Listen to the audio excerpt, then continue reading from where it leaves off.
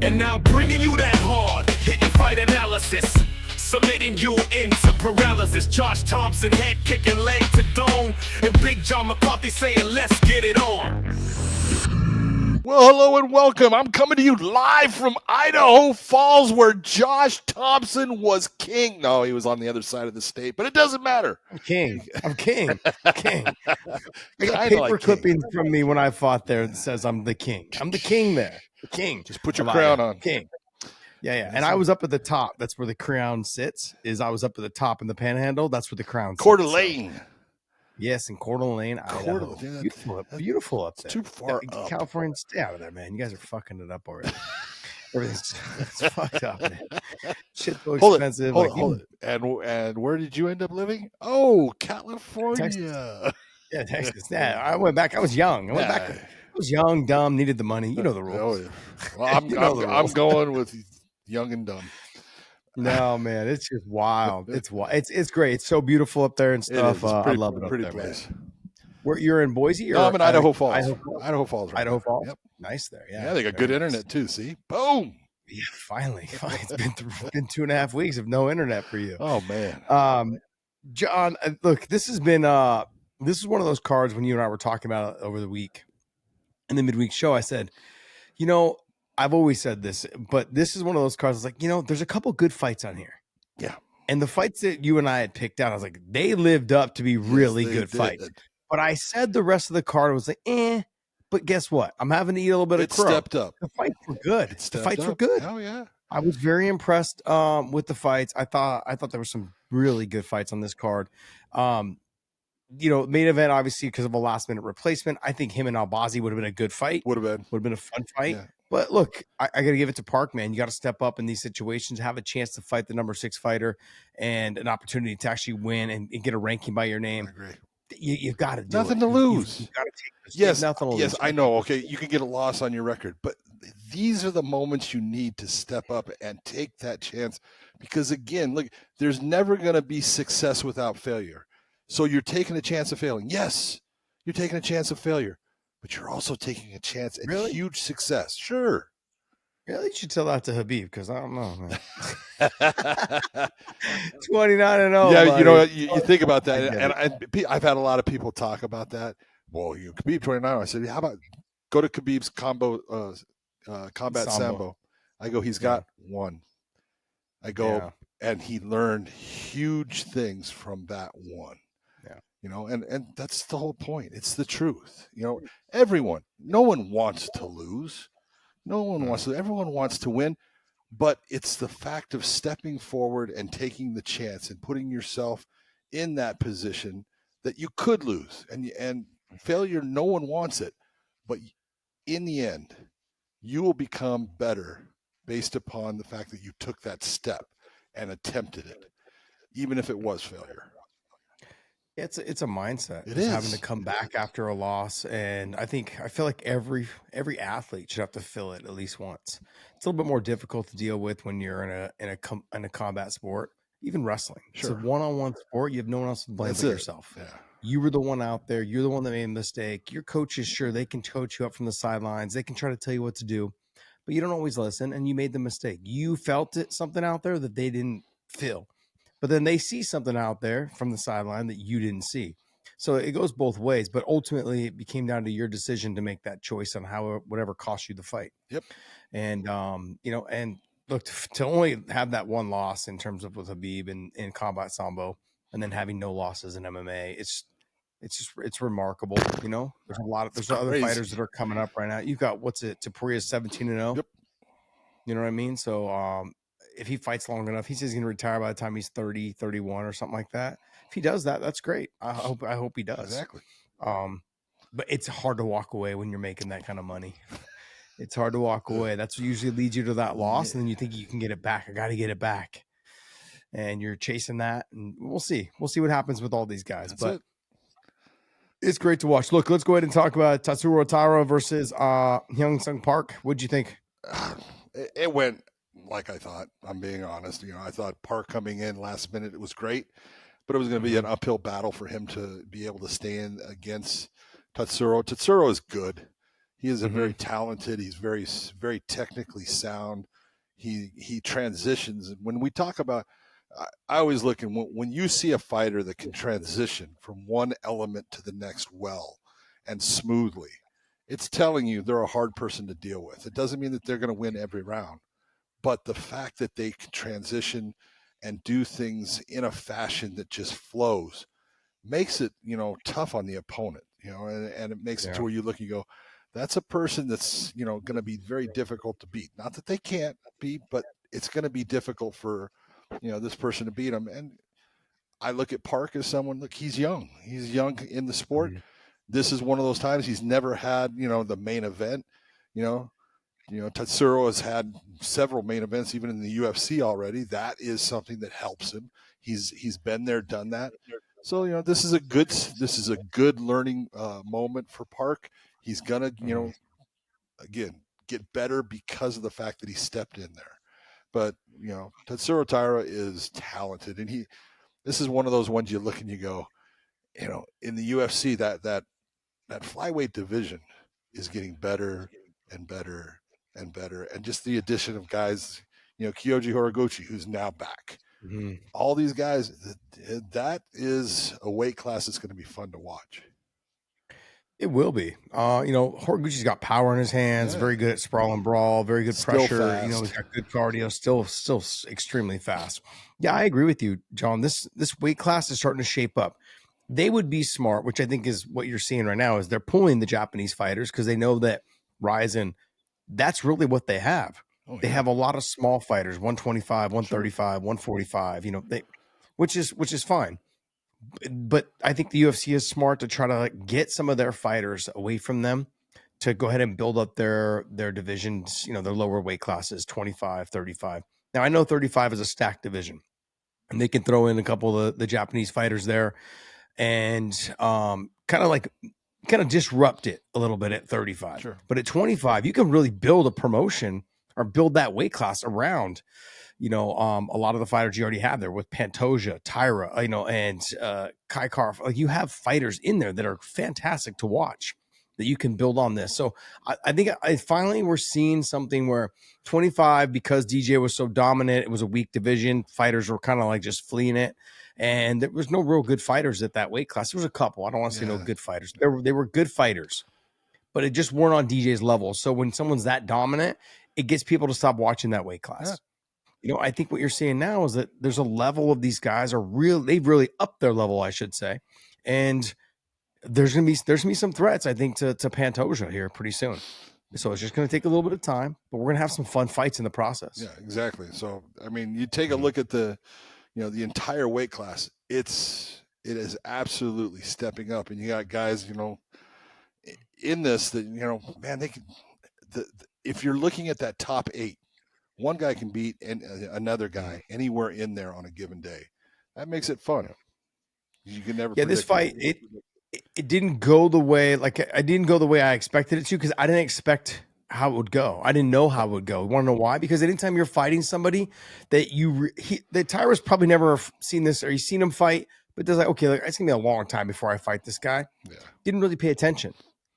And so now when you're in there, you saw in that first 30 seconds to a minute, they weren't really throwing anything. It was like kind of that feeling out process. And then you hit him with the 2 straight rights. As soon as you hit him. And that changed the way the fight was going.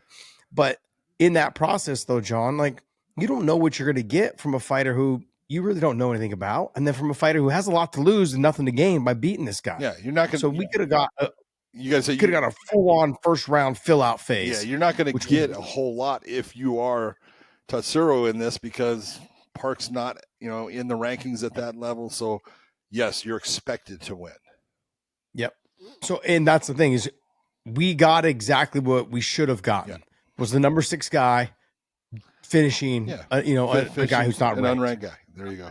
Yeah, and that's exactly what we should have got. But it's hard to say because you don't know. It's that you just don't know. It's the unexpectedness of what could happen from someone who just is not ranked. You don't know how either fighter is going to come in there and react. So if you're someone that was in the betting lines, you're probably just like, I'm going to stay away from that. Sure, Taira should win. Yeah. I believe he probably will, but it could totally fuck your parlay up because you're fighting someone who's unknown. True. That's what it really came down to. Whether you're an Olympic athlete, professional hockey player, MMA world champion, or just an active kid, LMNT helps anyone stay hydrated. Each stick pack delivers a meaningful dose of electrolytes free of sugar, artificial colors, or other dodgy ingredients. Get your free sample pack with any LMNT drink mix purchase through link in bio. Also try the new LMNT Sparkling, a bold 16-ounce can with sparkling electrolyte water.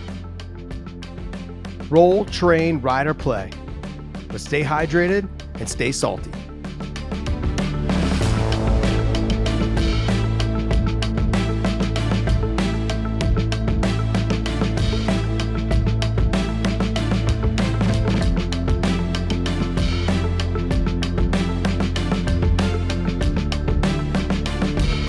Well, let's go ahead and talk about one of the fights of the night. So Chris Duncan versus Matisse Rębecki. You can sit there and call it one of the fights of the night. I'm going to call it a candidate for fight of the year. It was that good. It was that competitive. It showed heart by both guys, showed balls by both guys. I mean, and it showed the way that when you're looking at this and you're seeing Chris Duncan throwing elbows the way he was throwing them, and at the timing that he was throwing them at, it was beautiful. Just it was like watching an artist at times, because not an easy thing to do as far as the timing when you got a guy that hits with the power of Rębecki. Rębecki is just, I mean, he's a tank. He comes at you. He hits hard. So, there was moments, and both these guys, they've trained around each other and stuff, and they've seen what the other one can do. And man, they came out and just said, "Let's go to war," and they did. Man, they just beat the ever-loving piss out of each other, because by the end, you always look and you go, dude, that guy looks like he got hit by a truck. Well, they both look like they were in semis that collided multiple times, because Rębecki's eye was just a mess. He had a giant goiter on his head from, the elbow. And then Duncan, man, I'm not sure. I have no idea what the fuck you don't want to know what a goiter is, but trust me, it's large and mushy. So, okay. I'll take your word for it. But I'm serious, man. I just loved that fight. I thought it showed. I swear to you, during the middle of that fight, I said, and this is what Josh Thompson was talking about. We need dogs, and both of those guys were dogs. John, I take what I took away from this when I heard that they had trained together. As I said, you're going to get one of two things. They either didn't like each other a little bit, and that's why they took the fight against each other, or they have such respect for each other. And when you have that is when you have these type of fights. When they don't like each other, there's too much on the line. Somebody does. You got the Rashad Evans, John Jones, where you expected so much more out of the fight, the animosity, but it just never develops. Yeah. Once they've trained together, they know what each other's weaknesses are and their strengths are, and they're afraid to pull the trigger, and and that type of thing. In this situation, you got the best out of both of them. They respected each other. They respect the shit out of each other. They understood what each other did well, but they knew that it was going to be like, look, do I waste a lot of energy trying to wrestle, or do I just go out there and try to throw down with you and knock you out because I know I got more power than you? Yeah. And then Duncan's like, okay, well, all I got to do is just go ahead and stay outside of the range. Don't get hit. Maybe either stay all the way out or all the way in and fight you in a phone booth with elbows, because I know you're going to just lunge in. And when you lunge in, the elbow step and elbows will be there. So they knew each other well enough to get a great fight out of it. And these are the type of fights. And I know people get in the comments, they get all like, oh, Josh Thompson always talks about his Nate fight, and he talks about his Gil fight. In these situations with the Gil situation, Gil and I's fights were so good because we knew each other. Yeah. We trained together for almost 2 years before we fought the first fight. So that's why our fights were so good. I had nothing but respect for him. I felt like he respected me. And it's just, you understood what he did well, and I had to find ways to combat it. And he understood what I did well. He had to find ways to combat it. And it was one of those things that I feel like our fights led, because our fights were so good because we had trained together. I understood his cardio. I understood his power. I understood this. All that stuff there was no filling out process. Let's just go. Let's fight. And these guys came right out and just threw down. And I loved watching every second of this fight. Was fantastic. Great work inside on the elbows. Great job on the outside with the jab. I thought Rębecki did a great job with big shots right off the bat. I mean, like, it was just a fun fight, John. The whole thing. Some wrestling attempts, like, great stuff. There was one move where Duncan threw the kick in the third round, exhausted. Rębecki caught the kick, swung it out from the side, and basically took him down off of that. Was able to hold him down for a split second, for like 3 or 4 seconds. Wasn't able to hold him down very long. But it reminded me of, like, he caught it and stepped down, brought it between his legs, and then flung him out of the way, like misdirected the foot. Very much how Islam did to Dustin Poirier. He grabbed the ankle and swung it down towards the ground, making him think he was going to step, and then moved it out of the way, and then fell to his hip. Like, that's exactly what I saw tonight in that third round when you're exhausted and you don't want to do that move at all. Like, you're just like, ugh. Man, what a fight. Yeah. What an apps. I even was tweeting about it or whatever, or Xing about it, whatever you want to call it.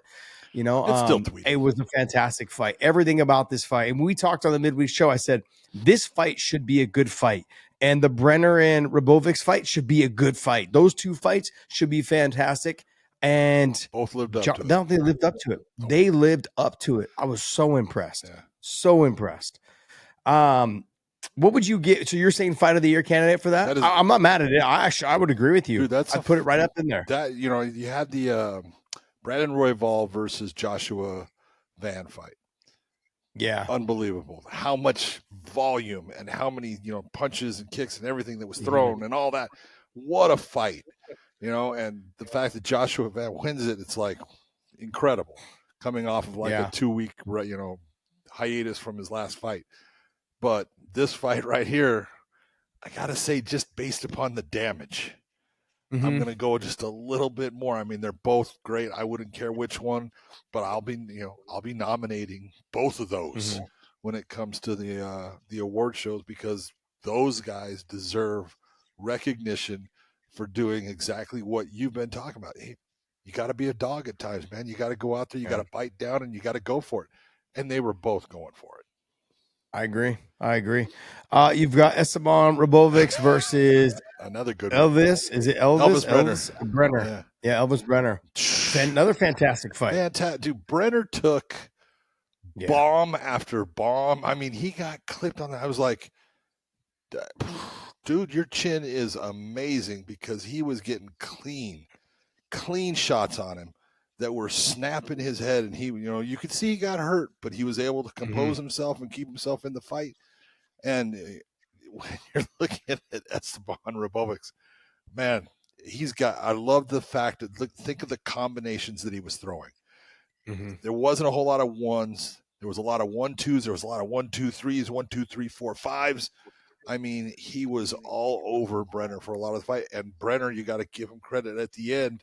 He's standing there throwing shots with him. It was just a banger's ball like we talk about, that you want to see, with 2 guys that are just saying, I'm not gonna back up. I'm not gonna give in. The only way I back up is because he hit me so hard it knocked me back. Yeah. Just incredible fight. Yeah, Brener was having a lot of success in that first round. The first, I'd say probably 2.5 minutes. Then he started getting a little tired. You could tell, like, because for him, this is the difference between someone who just stays tight, like Ilia Topuria, whereas Ribovics stays pretty tight with his technique, doesn't get himself out of position, doesn't lunge a lot, doesn't like overthrow things. He stays kind of right there in that phone booth in that pocket and throws aggressively and very hard and tight. Yeah, he throws hard, but it's tight though, John. So there's no wasted movement.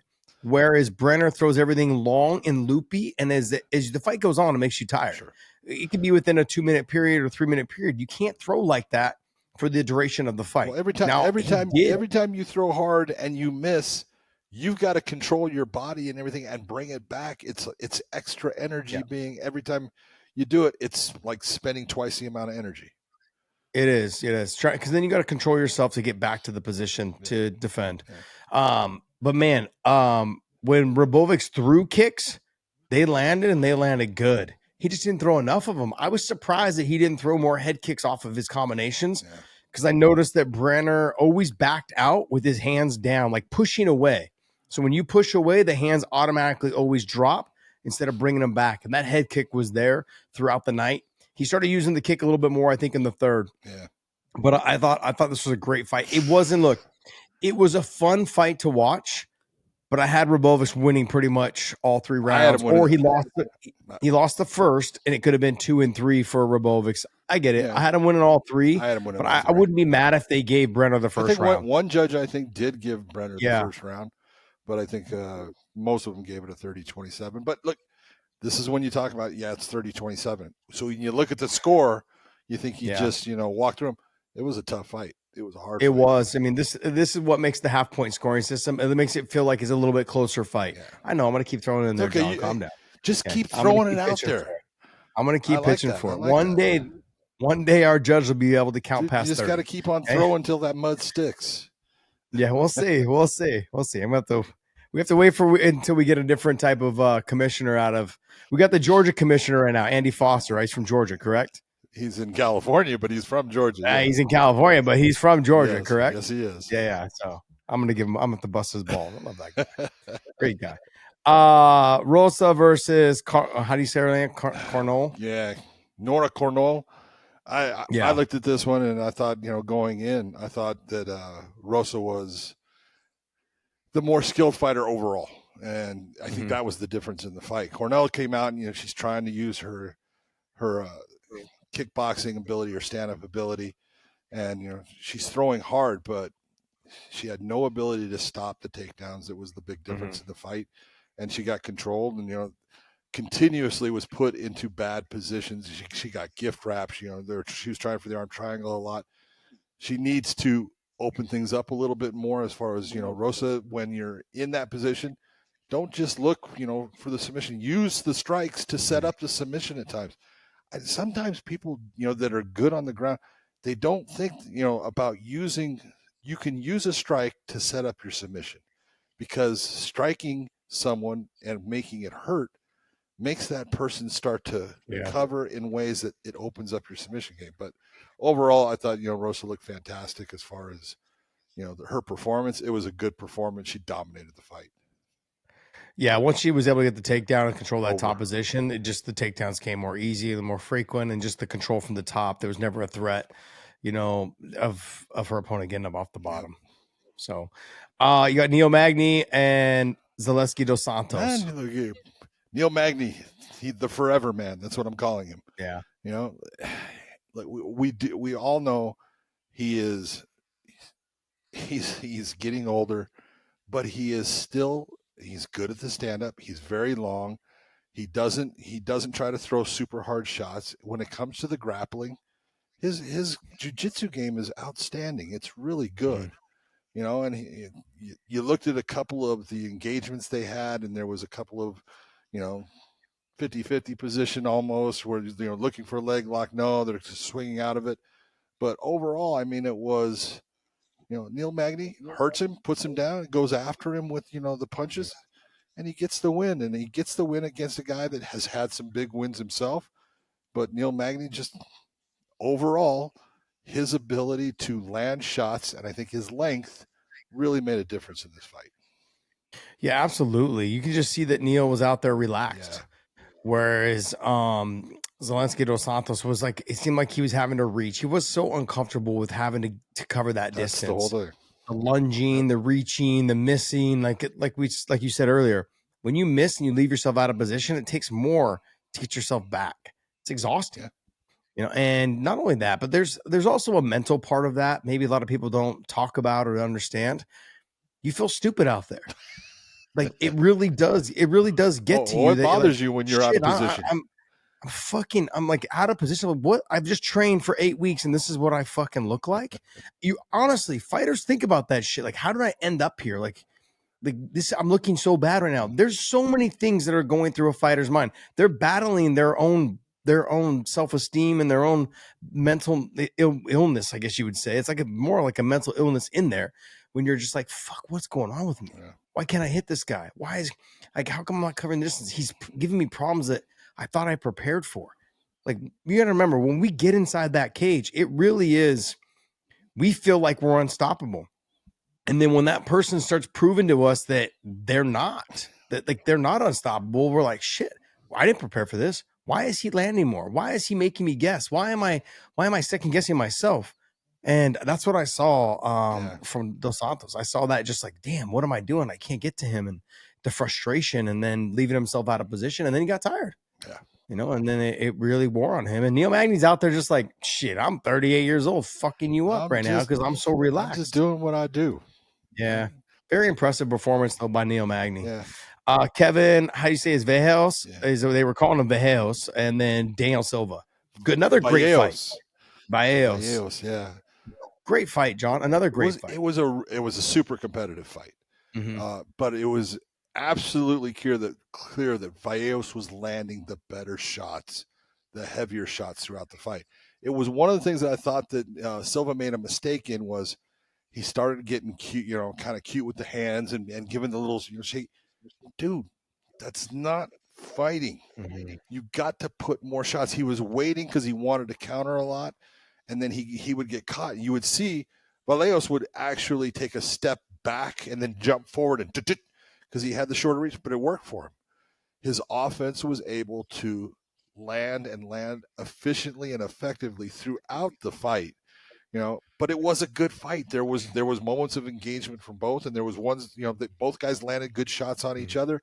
I just thought that the heavier shots and a majority of the better shots were by Vallejos. Yeah, this just came down to, I felt like nothing against, I think Cub was cornering Silva. Yeah. You've got to be in his ear. Cub Swanson was in his corner going, hey, like stop with the showboating, okay? Yeah. You're not Anderson Silva. You're not getting credit for this. Like Anderson can get away with it. They're not going to give you points for moving your hands. Yeah, Anderson can get away with it. Like it makes it look good. Like Anderson's a multiple-time world champion. Like they'll think that he's out there just having fun and playing. It's giving him points. They're giving him credit for looking so slick. You, my friend, are not that person. No. And I thought there was moments where he actually had Kevin. I'm just going to call him Kevin because I'm going to butcher his name. Okay. Yeah, but he had Vallejos just. Not in trouble, but he hit him with some good shots, and he could have put more pressure. He had him at times confused. Yes. You could see it, and it was like, march on. And then he would go back to doing the other thing, and I was like, what are you doing? Yep. There was moments, John, and you and I have talked about this. Like, it doesn't matter if you're ranked number 1, number 2, even if you're the champion. You cannot win fights if you don't throw punches. That's it.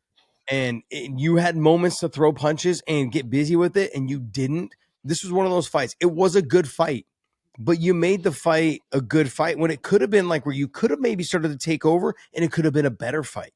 It's always better. It's always a better fight when you win. So like that's that. When I was watching this happen, I'm like, you had moments you could have, because what I did notice about Vallejos is that he loads up a lot. Yeah. He does fight tight with foam in a phone booth. He does throw combinations very nicely. But you can tell that he gets tired. Yeah. Like he would throw like 2 or 3 good combinations and then he would take a break. He would step back. Just cover. Yeah, exactly. And I'm just like, it was almost like it just was those moments where you can see someone was a little bit tired. And as a corner and a coach, you got to say, hey, he's taking breaks. You need to step on the gas during those breaks and you got to let it go. And also too, let's not just make this a boxing match. Throw the push kick up to the face. Vallejos was just also ducking his head straight down, ducking his head. Throw the jumping knee. And he threw the jumping knee, but almost like as if just for show, never to really truly land it. Yeah. There was I'm like, what'd you even jump for? You were fucking 10 feet away. Like, what are you doing? And so I know I'm being a critic right now of this, but only because I hate seeing fighters give away fights. I did it a couple times in my career, and it really bothered me when I went back and reflected. I went back and watched the fight, John, and you're like, damn it. Yes. What was I doing? That's exactly what Silva's going to see. Yeah. When he goes back and he watches it, he'll like a lot of what he sees. Mm-hmm. And there's going to be moments that he looks at it and goes, I could have done so much more right there.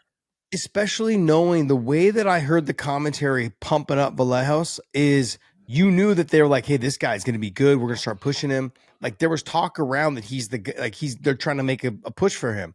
Silva could have derailed that and made himself that guy.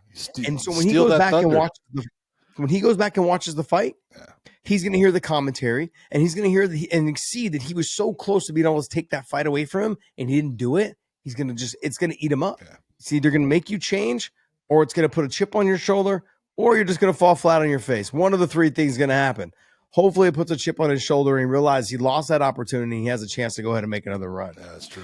You got Nakamura versus Fletcher. Oh, come on, dude. He hit when it wasn't a long fight. When he hit him with the body kick, as soon as I said, oh, he's hurt. He's hurt. Go after him. And he said, he sees it, he finished it up. But that was one of those ones. The toes went straight in. It wasn't the side of the foot. It was man. I mean, as soon as you see his arm go down and you see that little turn, you go, oh, he's feeling it. The dagger is being jiggled because it has been stuck deep inside, and it's just painful. So away three guys kicked me like that. Kung Lee was the worst. Kung always used his toes. Little stump legs, and his fucked up feet and toes. Like he would tape them together because they were so ugly. He had the worst bunion I think I'd ever seen, on a person. But man, it was nasty. It was like a little dart that he'd jab into your gut. And then one of his students was this kid named Jose Palacios, really good kickboxer, / boxer, but he had a little toe kick that he did as well. That thing just sucked. And Lyoto Machido's brother, Chinzo, he did it to me when I sparred with him a little bit. And I was like, oh, he didn't catch me clean, but I knew what he was going to do because I've seen his brother fight. And I was like, yeah, I know what you're going to do. So I made sure I kept those elbows tight. But I mean, like he hit me a couple times where his toenail dug into me and he taped his toes as well. So I knew it was coming. But man, nasty. Like you can just, for a couple days, I had the red marks and the toe marks in my feet, in my ribs, and my little fat there on the bottom, they were stuck there. You didn't have fat. I have the fat. I took all your fat.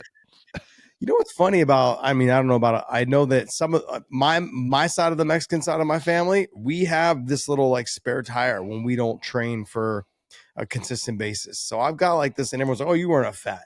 You're right. So this all looked great, right? I always had a 6-pack, grew up with one, everything. But you get down by the waistline, John, on the right side, it's that little tire. Don't tell people. It's that little tire. Go back and watch all my fights. I could be the most ripped I'd ever been, but I still had it. The only fight I didn't really have it was the first Gill fight. I don't know what it was. I don't know if it's how I hydrated but even when I made weight and cut weight, I still had that little tiny like tire on the side. I was like, oh, it's muscle. I'm like, yeah, but as soon as I don't work out for a week, it's not. It's fucking fat. it's gone. So Rodolfo Vieira versus Tristan Gore. I thought it was actually a good fight. I thought Rodolfo Vieira showed a lot of heart in that. He, his stand-up is getting better. He landed some really clean shots on Gore. Clean jabs. Yes. And it just, overall, you can see him growing as a fighter. He's getting better. He's more relaxed. He can go longer. The whole thing with him burning out, he still gets tired. You can see when he gets tired. And he doesn't hide it well. That's one of the worst things about when you're looking at him, you're going, oh, you just told him you're tired. What are you doing? But Gore is that guy that you look at and you go, again, he's talented.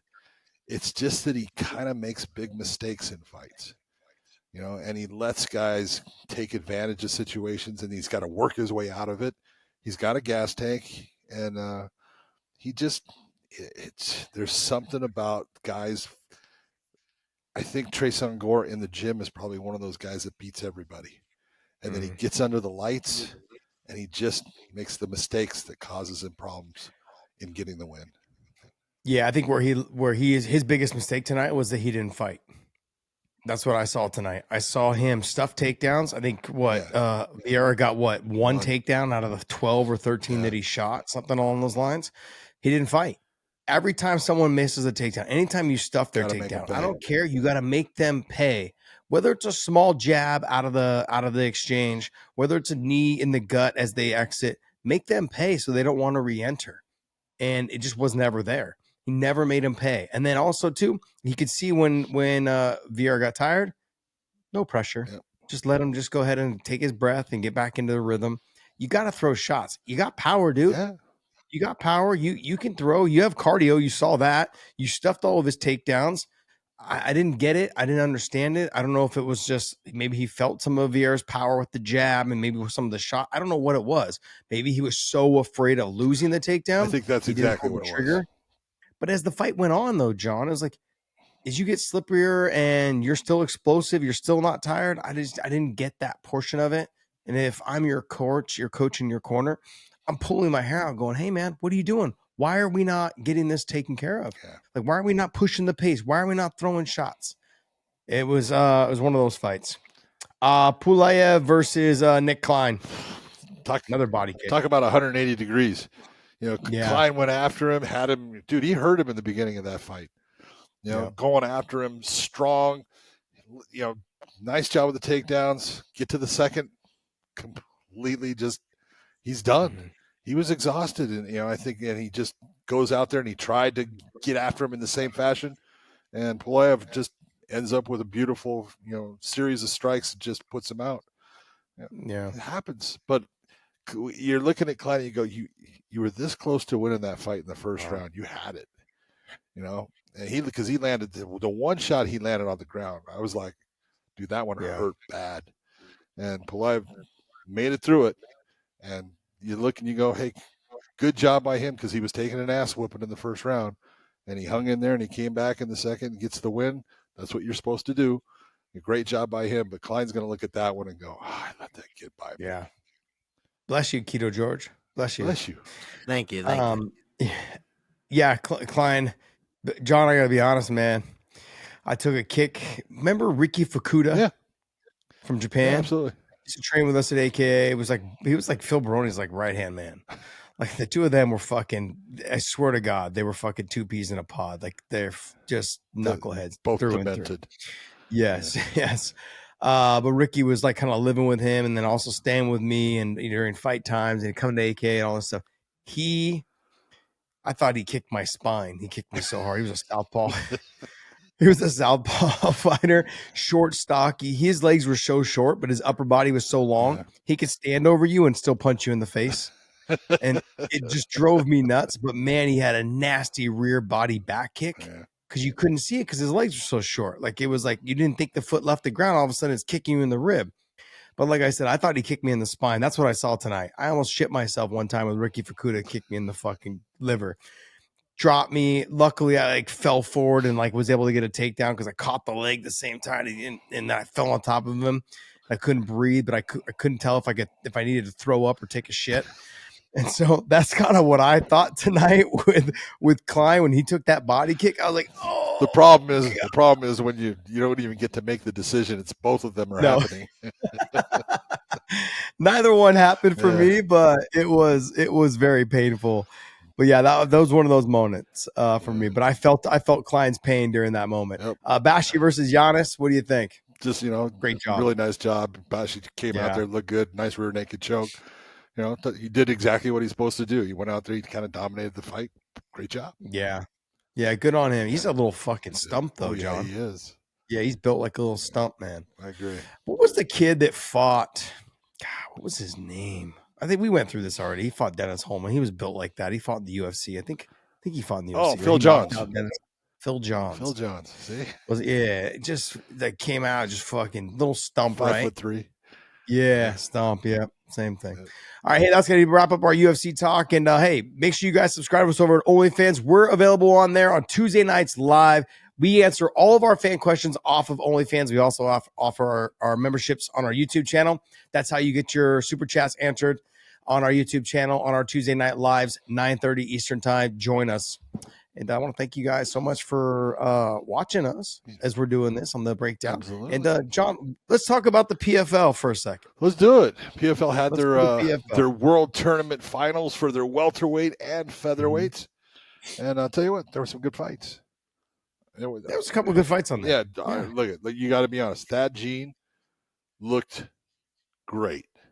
Mm-hmm. And when I say it looked great, first off, he looked huge for one. Yeah. He looked like a large middleweight going against a welterweight. Yeah. I was like, Jesus Christ. He's called the silverback for a reason. He's a big, strong young kid. But, I mean, he made Logan Storley look small. Yeah. Tiny. Yeah. Not even he made him look tiny. It wasn't only that he made him look tiny, Josh. He manhandled him. He physically, through strength, just pushed Logan all over. Logan got so deep on so many takedowns that he just stopped. And John, he pulled butterfly guard at one point. In the very first takedown, I think, of the night, he shot the double, got deep enough, got to the body lock, and then ended up just scooting underneath them to get him down. yeah, He and then got mounted. And then Thad stepped over and got mounted him. Yeah, I was like, jeez. You know, and I'm looking at it, and look, I'll give Logan Storley all the credit in the world because he took a beating in that fight. He took some huge shots, and he kept coming. But Thad Gene showed, hey, there's no, you know, I'm just going to say it the way I looked at it watching him fight. I know that Logan Storley is a good athlete. He's not a good enough athlete to stay with Thad Gene. Thad Gene he's physically faster, physically stronger. Man, Ian Parker, who you know well, has, you know, he's been a friend of Thad Gene, and he's talked about, you know, Thad Gene forever, saying, John, I'm telling you how good this guy is. I'm telling you how good this guy is. And I'll tell you what, Thad Gene proved Ian Parker right because he looked fantastic. He had cardio because that was a real concern. How's he going to do in a 5-round fight? I think that was his first 5-round fight in the PFL. And I'm going to be honest. You can give Logan Storley the last round maybe, you know, if you want. He beat Logan pillar to post in that fight. And Logan was doing, I give him all the credit in the world. He was doing everything he could because there was moments, you know, that he almost got put out of the fight. And you know, going back to the corner, he's thinking to himself, I don't know what to fucking do. I can't get this guy down. I'm getting in deep. He's just physically throwing me off of him, you know, and then the knees up the middle. I mean, Logan got hit with a couple of, you know, the switch knee that he got hit with on one that went right through his guard. It split his guard, moving his arms out to the side, come up, hits him in the face. So many things, you know, the teep kick up the middle, you know, the push kick into the face. Everything, you know, Thad Gene threw was hitting Logan. And, you know, he made it through the whole fight because he's got balls, man. But I'll tell you what, that was a hard night. Yeah, it's almost like you go back to your corner after round 3 and you're like, okay, nothing's working. Like, as a fighter, you don't want to give up, you know, and you don't want your corner to throw the towel in or stop the fight. But you're like, shit, if I don't get a takedown soon, like, this is not going to be my night because on my feet, I can't do this. Josh, when he would get a takedown, and he did, Thad Gene physically moved himself to a position where he turned himself, and all of a sudden he's up, he's pushing hands away, and he's pushing Logan away. And I was like, I mean, I'm not going to sit here and say that Logan Storley is the greatest wrestler I've ever seen, but he's a goddamn good one. He is a guy that can wrestle, and he knows what to do, and he has, you know, proved himself as a 4-time All-American. And man, 6-time champ out of 6-time state champion. He was a 7th grader beating seniors in high school. And crazy. And this kid is just flinging him around the cage. I was like, I thought it was going to be a close fight. I said, Logan's going to have to get the takedowns. We talked about that. I never thought he would get manhandled the way he did in the grappling portion. Yeah, I didn't either. Jesus Pinedo versus Movli Pulyaev. All right. This was another fight, John. I didn't think it was going to go this way. I'll let you go. I expected Pinedo to be able to defend a little bit more, make it more of a dog fight. Once his back hit the ground, John, he had no answer. Nothing. Pulyaev was all over him. And he did have an answer. Yeah, he got destroyed. Shaolin. John. Yeah. He got destroyed. How many times did Shaolin put him back on his feet? Vitor Aberio, as the referee, pulled Pulyaev off of him while Pulyaev was doing damage. Yeah, I understand what you're saying, but look, in this position though, John, like, I get what you're saying. Like, I understand what you're saying. Look, but you're in a 5-round. You're in a 5-round fight. Let me ask you. Let me ask you a simple question. Shaolin was a fighter. Yeah. If I'd have pulled him off of his opponent when he was doing the things that Pulyaev was doing, what do you think? Oh, he'd have been pissed.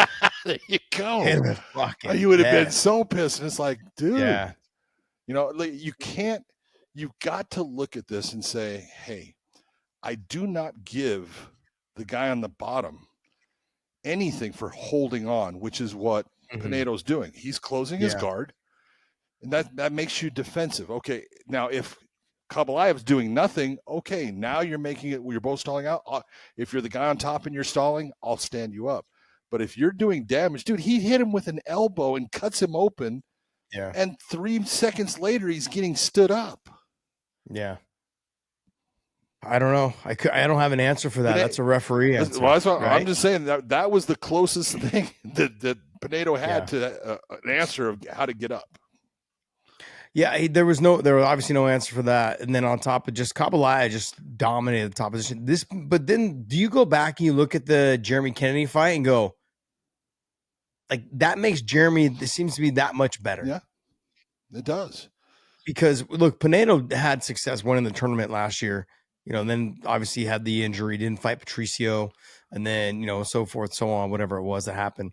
And then, comes back, and then they were supposed to fight. It didn't happen. Now this fight happens, and he gets destroyed.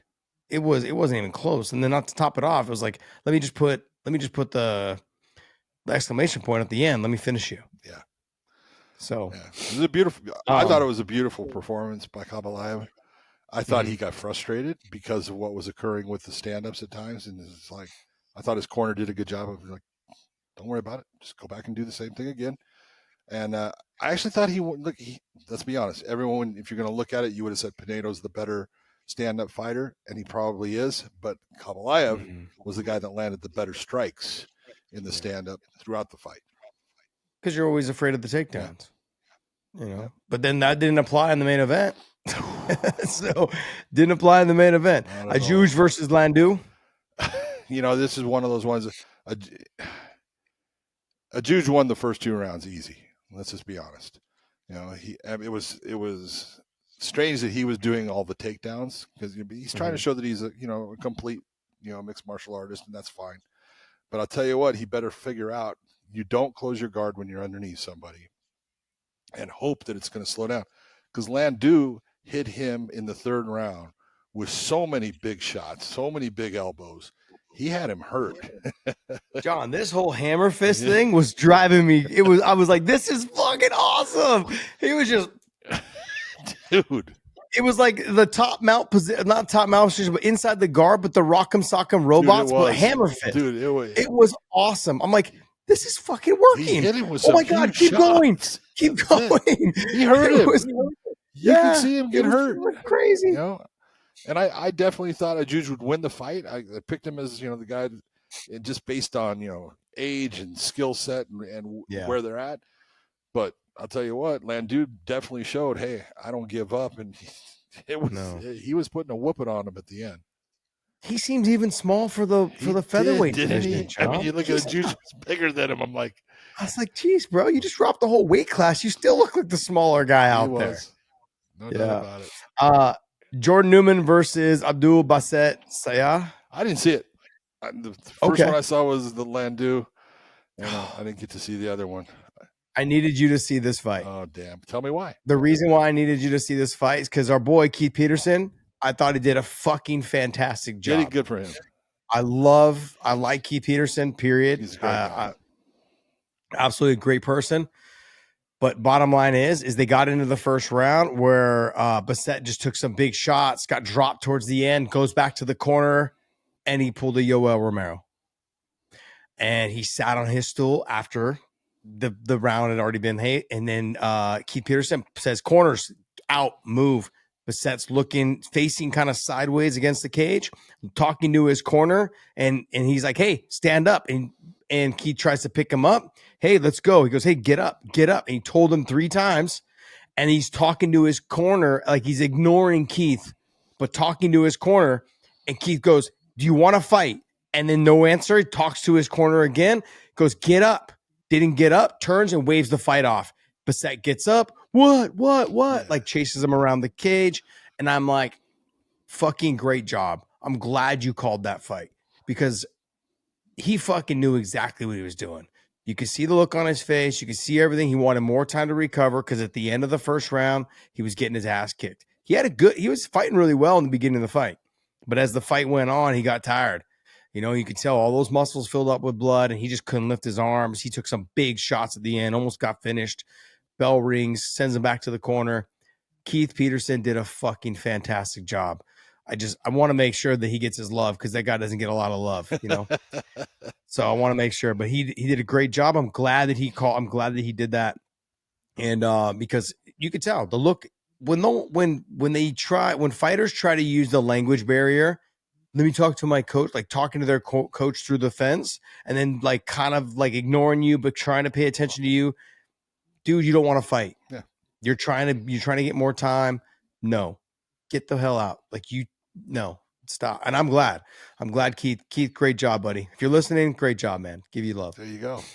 As far as the rest of the card, I know I wanted to talk about my boy Kyle Driscoll. He had a very close fight. A lot of people were knocking on me going, hey man, he should have lost the fight. It was a very close fight, split decision. But that was the only fight I saw outside of that, and then the whole main card. So I didn't watch the prelims on this. So you guys I'm gonna have to tune in and watch and maybe give you guys some breakdown on Tuesday. Or we'll just skip on to the next card that's happening next week.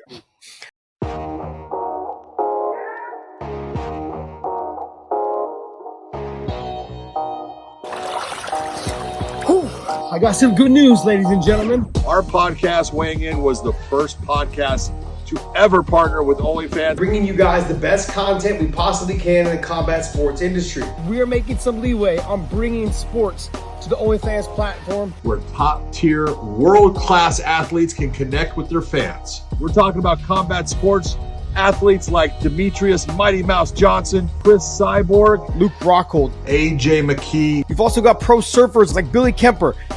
Some chilling news. I want you to head on over to the Weighing In OnlyFans channel. More connection with our fans on our OnlyFans channel. Only available on OnlyFans.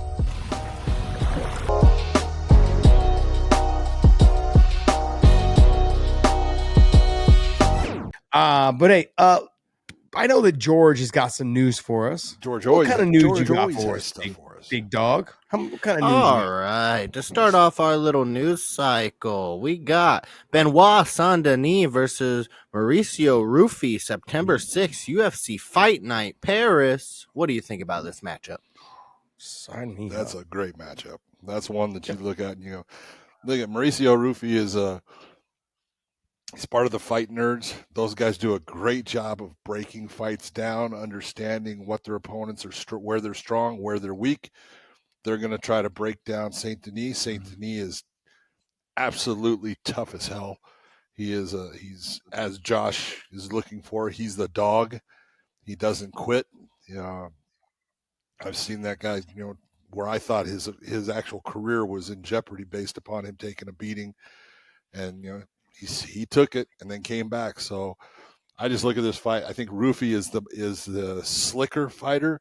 I think Saint Denis is the grittier fighter, and a guy who is physically stronger. I think the speed might be in Ruffy's corner, so it's going to be an interesting fight overall.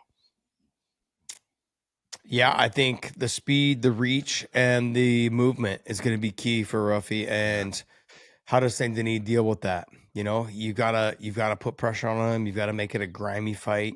You may be able to take him down, but do you want to waste that much energy trying to get him down consistently? If you can't get him down, I know you've got power to drop him and put him away, but in that outside of that range, or I should say in that range of kickboxing range, it's going to be a problem. Ruffy's dangerous. Yeah, it's going to be the flashiness, the unexpected strikes coming from different angles. But man, I'm got to be honest, man. When I didn't even have this fight on my radar. Yeah, I didn't even think this fight. No. I was thinking like Ruffy and Chandler, so they could start building up Ruffy. I didn't even think this fight.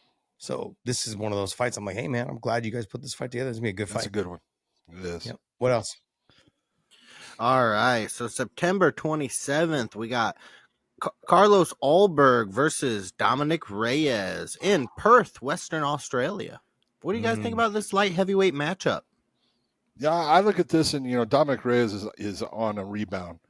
He has really come back from having, he had the whole thing happen with John Jones, where a lot of people thought he won that fight. It was a split decision lost to John, but, he had a whole lot of negative things happen after that fight, and that can happen to anyone, and he got, knocked out viciously by Yuri, and it just seemed like he was on this downhill slide that he wasn't going to be able to get himself back.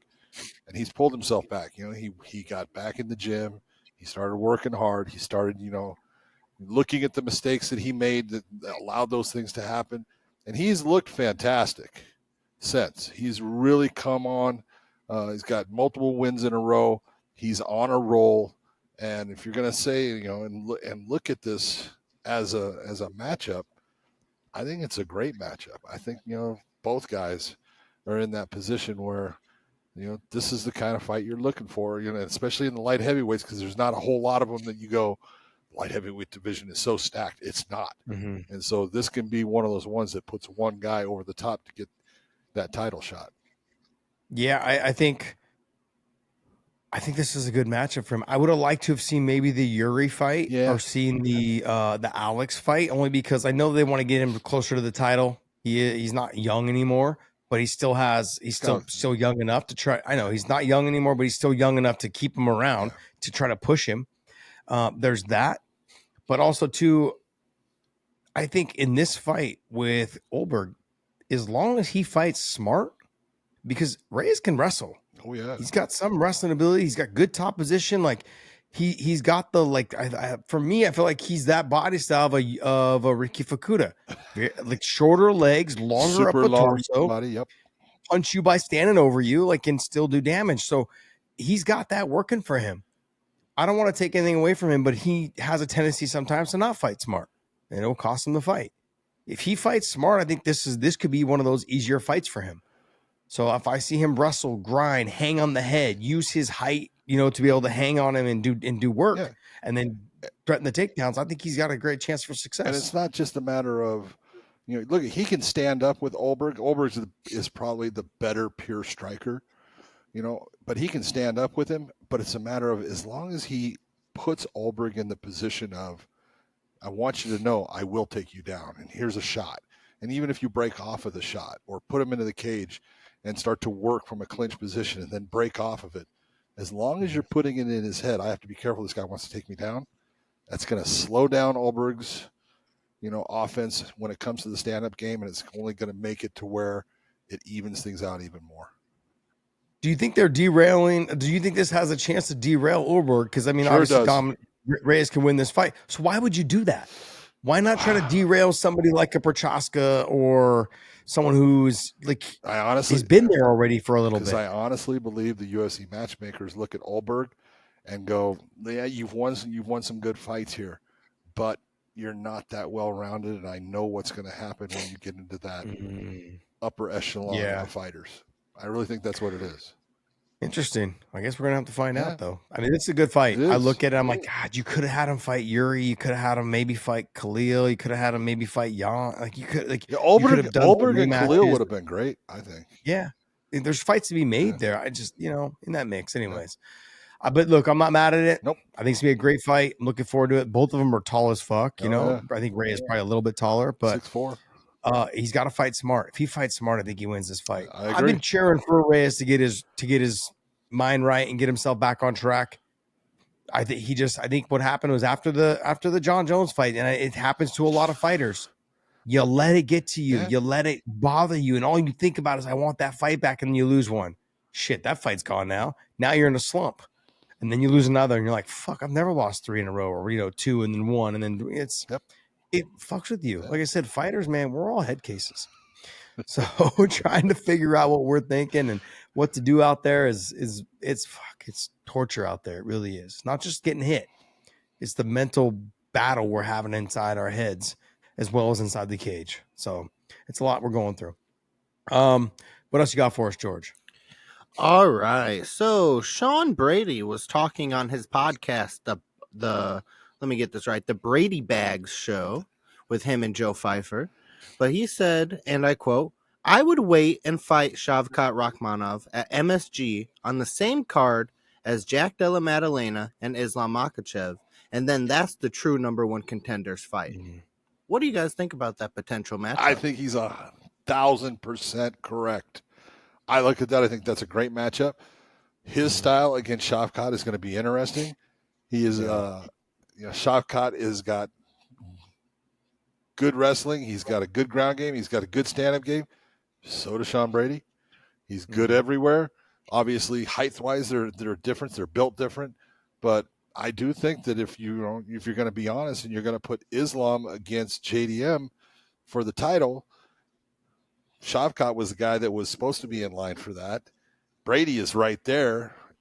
Those two guys together, whoever, gets that is the number one contender. I'm not saying that they're going to get if Islam wins the fight, they're not going to get the next fight. That's just not going to happen.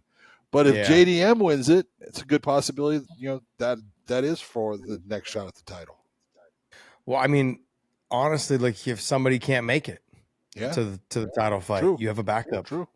So, and you can slide a true number 2 or number 3 contender right in there who, we just saw Bilal's number 1, but you have that true number 2, number 3 sliding in there you can pull from. So Sean Brady being the number 2 guy and Shavkat being the number 3 guy, something to be said there. Yeah, not a bad idea. So I like the backup fight, having it there. And I actually love that Brady's calling out, the best guys he can. The number one guy.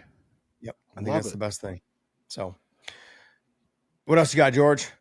All right. So the UFC recently cut its number 12 heavyweight fighter, Martin Buday. After Martin Buday went He didn't do good 7-1. He didn't do good enough. He went 7-1 in his UFC run.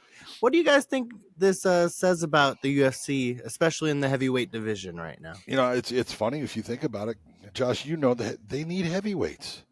Yeah. And a friend of yours was Martin Buday's last opponent. Buchecha, in his debut with the UFC. Obviously, Buchecha is still on the roster, but the guy who beat him is now not. Yeah.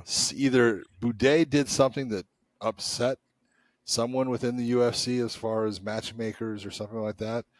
So I don't know what happened, but it's not normal for them to get rid of.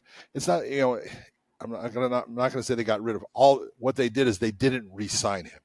He was at the end of his contract. They, had him fight out his contract, and they decided not to re-sign him. And it could be because they look and say, we don't think you're ever going to be that guy that's going to be able to get close to being, someone to fight for the title. And so we're just not going to spend time with you. Could be that. But what do you mean? I'm 7-1 in the UFC. I should already be close to the title.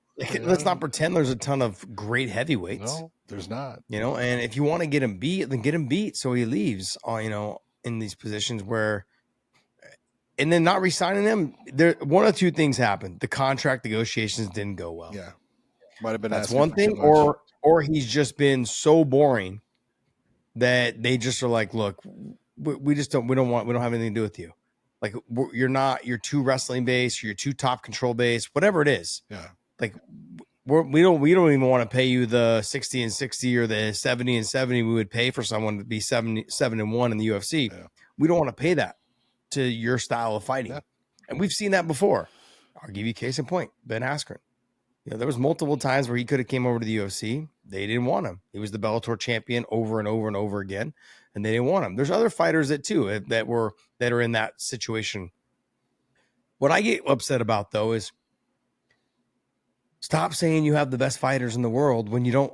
You're pushing away some of the best fighters. This guy's 7-1 in the heavyweight division, in a weak heavyweight division where you need the best fighters. You can say this guy's the best fighter. Have him fight the guys in the top 7, top 8. If he wins, he wins. Maybe the cream rises to the top. Maybe you get a great performance out of him that makes him something that he never would have been fighting these guys that he can control from top position. Yeah. If he's used to being that guy, have him fight Jailton Almeida. Have him fight somebody like that. Have him fight Volkov, who's used to trying to be taken down in the long limbs, the jab. Let's get him out of there. Let's see what happens. Let's see if he rises to the occasion. That's always been my take, because you can sometimes find that little diamond in the rough by making them fight somebody they don't want to, that's going to pull it out of them. So that was my take on it. But I just hate when I hear all the best fighters are in the UFC, because we know that's not true. And it bothers me when they're cutting guys that are good and they're beating UFC fighters and they still let them go. I'm like, no, keep them. Do something. Have them lose then. Joe Silva was the king of saying, we don't need you anymore, or we don't like the way you fight. And so you better stop doing that, or I'm going to match you up against someone to beat you. And he would. Oh, yeah. he was like out to prove a point. We have all the best fighters in the world, and I'm going to prove it because I'm going to get you beat. And then he got you beat, and then, okay, I'll see you later. I don't want to deal with your style anymore. I don't want to, just beat it. We're out of here. We're done with you. We'll write you off. You had your loss, okay? We brought you on. Yep. That was it. Joe knew style. So look at Antonio McKee. They brought Antonio in, got the win, and then they brought him back, got the loss, and they said, see you later. Out of here. Like that, we did our part. Yep. We said we had the best fighters. You're older. Love Antonio, but they almost felt like they had to do it, right? Because everyone's like, bro, you guys say you have the best fighters. Well, Antonio McKee's out there. I specifically ducked his ass several times on the smaller shows. I was like, Gladiator Challenge, King of the Cage, all wanted me to fight him. I was like, fuck no. I'm not fighting that guy. He's built like a Greek god, fucking 40 years old, still looks like that. Hell no, I'm not fighting that dude. Yep, so that's true. Yeah, All right, what else you got, George?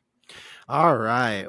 So after being removed from the UFC roster this week, Dustin Poirier made a tweet, and he said, and I quote, looking forward to getting back on the ESPN desk, going to start focusing on that now. I think this is a perfect move for Dustin. What do you guys think about this move? I think whatever Dustin wants to do, Dustin's going to be successful with. I think him as a a color commentator, if that's what it was going to be, or a guy that is an analyst sitting on the desk. Look at Dustin knows as much about fighting as anybody out there, if not more, and he's going to be very I think loquacious, if you want to say, as far as his ability. Christ, John, with the big words Come today. on, baby. Look at that. Just sat that one in there. But he's going to be very good at breaking things down for people, letting them know the strengths and weaknesses of these fighters. And a lot of them, he's going to be able to have, firsthand experience with because he's fought everybody. Yeah. So I think, look, like I said, Dustin's going to be successful with whatever he does. Best of luck to him. I mean, shit. He left with the fucking a lot of brain cells still left. The guy can hold a conversation, still great in front of the mic. He's a good-looking dude. He cleans The up well, ears man. kind of take a little bit away from that.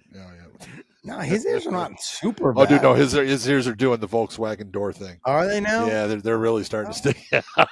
I didn't notice that. Oh yeah, see, He's a good-looking dude, man. He's a good-looking guy. He's a good-looking guy. He's got a great family. He's got it going. He's very camera friendly to look at. I mean, he's a good-looking dude. So overall, though, great guy, and I'm looking forward to hearing his analysis. I couldn't have thought of a better place for him to go. Like, what else are you going to do? Yeah. You sure go off and ride off into the sunset, absolutely. But why would I not want to have that guy in front of the camera? Just sold out an arena in New Orleans. Why would I not want to have him there? We know he's a draw. We know he's like you said, John, he's fought pretty much everyone in the top 10 multiple times over in 2 weight classes, by the way, in 45 and 55. And so why not have him on to talk for the next 15 years or 10 years, about these fighters that he's fought and experienced and possibly even trained with most of them. Yep. So, yeah, no better place for him. I'm happy for him. Good for him, man. Yep. All right. So, moving on to a different classic historical all-time 155-pounder, your good friend Khabib. He was doing an interview recently, and he said that he thinks the UFC should completely get rid of rounds. He thinks the fights, 3-round fights should be 15 minutes straight, championship fights 25 minutes straight, going back to UFC 1. What do you guys think about this? I mean, obviously we've already done this. This is how the sport started, right? Khabib wants to go back in time. Yeah. This is my take on it is this. If you want to just say get rid of rounds, I say you just do 1 10-minute round and the fight's decided. That's it. Make it a 10-minute fight. That's it. No 15 minutes, not 25 minutes. You get 10 minutes to do your business. Make it happen. No breaks. If you want to make it 12 or you want to make it 15, just 1 straight 15-minute round, go right ahead. But look, I also believe that if you fight that fight, there should be no stand-ups.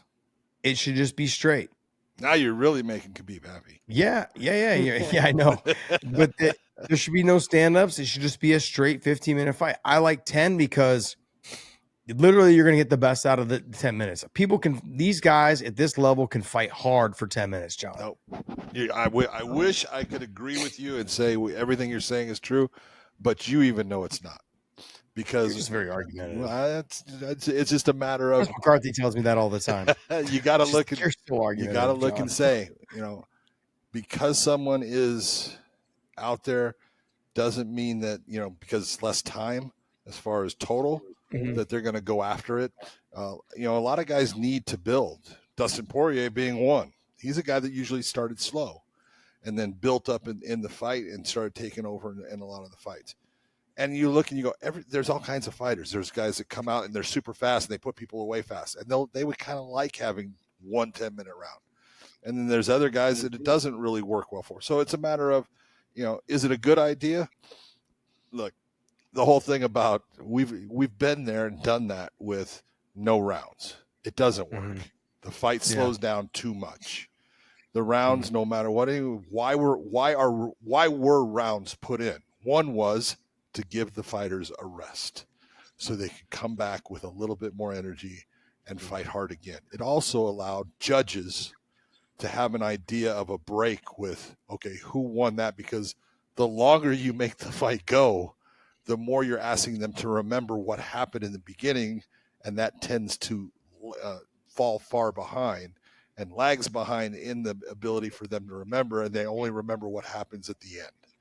So that's usually who wins the fight, though. That's it's not always. Right?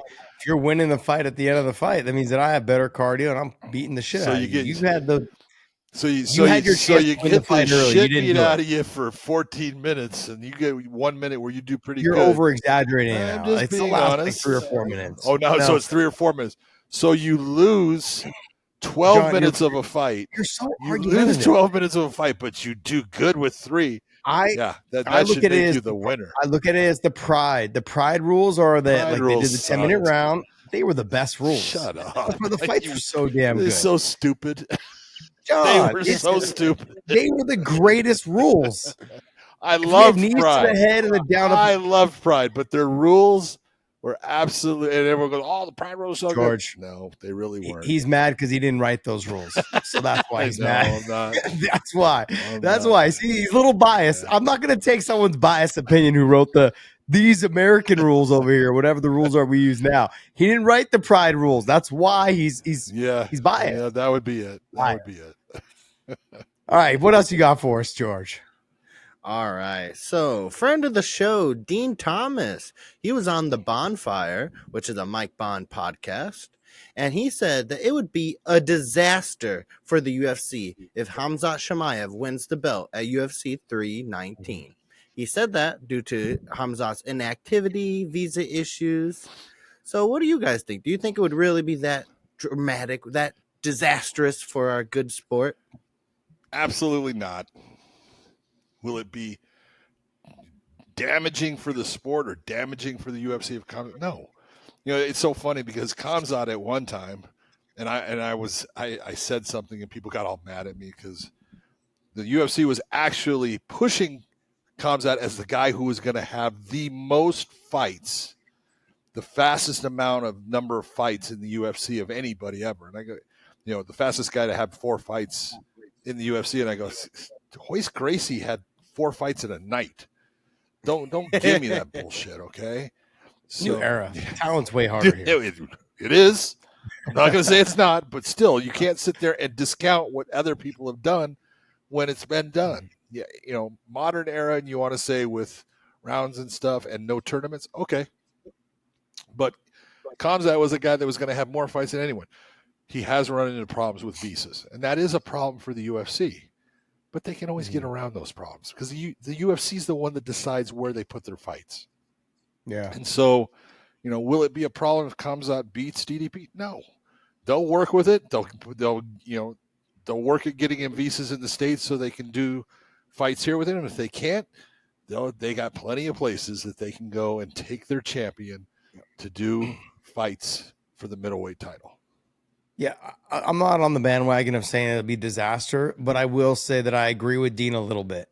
He's been known to be sick because of the COVID situation. He's been known with illnesses. Those are the things I think most people are, I think that Dean's mainly talking about. Now, he's had visa problems. That's been fixed. I would assume that's because Dana and Trump. I would assume that that's why. Because now all of a sudden he's allowed to. Now, that may go away in 4 years. So 3.5. you never know.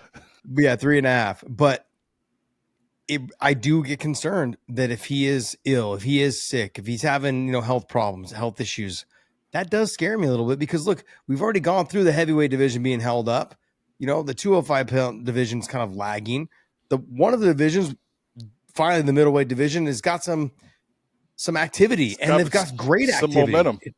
Yes, it's fun to watch, man. I mean, I'd love to see Alex come back down and fight at 85. It won't happen. He's 240 right now. But you know what I mean? Like I understand what he's talking about. I'm not quite convinced though that it'll happen. Fingers crossed. Yeah. Okay. I mean, I know that I'm trying to cross them. They're still, but I mean, for me, I'm trying to look at the positive side and being like, hey, once he becomes champion, obviously they'll probably fight him more over in, in the Middle East or somewhere in Europe, Sweden, whatever it is. They'll fight him somewhere in the Europe area. So visa problems won't be as much of an issue. That's one thing. Two is I'm sure that they will try to keep him as active as they possibly can without making him sick, without to the point where he can take care of his body, take care of himself. I think that'll be better for him, not having to worry about traveling overseas, any of those things. So fingers crossed that he stays healthy and whoever wins this fight, it wins this fight. But I don't think the UFC is thinking like if he wins, it's tragic. No, it's not, but I would be a little concerned about his health. Truly would be. Wasn't there a fighter recently just said that he wouldn't be surprised if he retired right there in the cage? Yeah, someone did. Chimaev won the title that he would retire right there in the cage. Yeah. Kai Bahalo, I think, said that. Yeah. Possibly. I mean, not even possible. They've trained together, Kai and Chimaev. I mean, maybe there's a little something going on. Like, yeah, man, can't stay healthy, getting in, whatever it is, injuries, whatever. You never know. Because I got to be honest, I had this conversation quite a bit with Khabib. Is I'm going to win the title, defend it, and I'm done. He talked about that before his father passed. He's like, brother, I don't need to fight very long. Money's going to come. It is what it is. Like, I don't need to. So fight, win the title, defend it a couple times, and then be done. He's like, I don't need to be in the sport too long. So that made sense. And then when his father passed, it just sped it up a little bit. But regardless, I can see that happening. I wouldn't surprise me, to be honest, John. Yeah. All right, next thing, George. All right, so the last news article I have here today, I'm going to wrap it up with a little bit of fun. I think I finally found a sport that Nate Diaz would have the balls to fight you in. The PFC, the Pillow Fight Championship. That's awesome. Love it. He already does that. He just wears the fucking gloves. That's all he does is pillow fighting. It's not like he hits hard. Fuck. So recently we had some legends in the PFC ring. We had Hector Lombard versus Chet Congo. Hector picked up the W too. Shout out Hector Lombard. What do you guys think about the PFC? I mean, I think it's fantastic. When you got two guys like this going in there, I think it adds some fun to it. Although they were fighting a very slow pace. Like it's a fucking pillow. Yeah, it's a pillow. I didn't get it. Come on. Like, why are you guys fighting so slow? Come on, did you not see the spinning back pillow that Chet Congo threw? Yeah, like a couple times. Beautifully and so done. Did Hector. Hector threw a couple times. Lombard threw a couple too. I thought it was fantastic. I thought it was great. It's something fun to talk about. Yep. Like it was. I don't like the fact they have little handles on the pillow. Like the part of pillow fights is trying to hit the other person's pillow out of their hand. If they drop it, then you have a chance to really hit them. Thank you. But so when they have the handles, like it's never going to come out of their hand. Yeah, I agree. It should be that it's in a pillowcase, and you got to wind that sucker up. Because what you try to do is make a mace out of it. You want all that pillow material just twisted into the ball at the end, so when you're whipping that thing around, it actually has some oomph. And not just that, they only had one pillow. Give me two pillows each, man. Fastest windmill wins. Like kids, schoolyard fight, it's a right? one-handed sport right now. You don't want that. You got to have both hands. I agree with you. You should put some pillows on my feet too, because I could use those. Do something like that. I mean, I don't know. I think it should be two-handed. That's one. I also think that some of it is It brings more excitement if someone drops a pillow and you're able to attack them with 2 pillows. I mean, that would be awesome. So let's try to up this. We got to write, John. Maybe that's another thing you can write the rules for. You're such no longer. Fuck, man, you're getting old. You're getting old, John. I am. You're getting old. Hey guys, thanks for joining us tonight. I want to thank you guys so much for tuning in. Great fights tonight by the UFC, and the PFL had some great fights as well on the main card. Check those fights out if you have not watched them. They're on the ESPN app. And we're coming to a close, I think, coming here soon with the ESPN app. I'm not sure if we're going to have that app anymore. So we're closing out. We're getting ready to close out the year coming up. We're in August now, so we're getting a little more than halfway there. But I want to thank you guys so much for tuning in. Hope you guys enjoy this show. And John, take us away, bud. For everyone out there, man, appreciate you guys signing in, listening to us. I hope everyone is having a great weekend. We will see you. And now bringing you that hard, hitting fight analysis. Submitting you into paralysis. Josh Thompson head kicking leg to dome. And Big John McCarthy saying, let's get it on.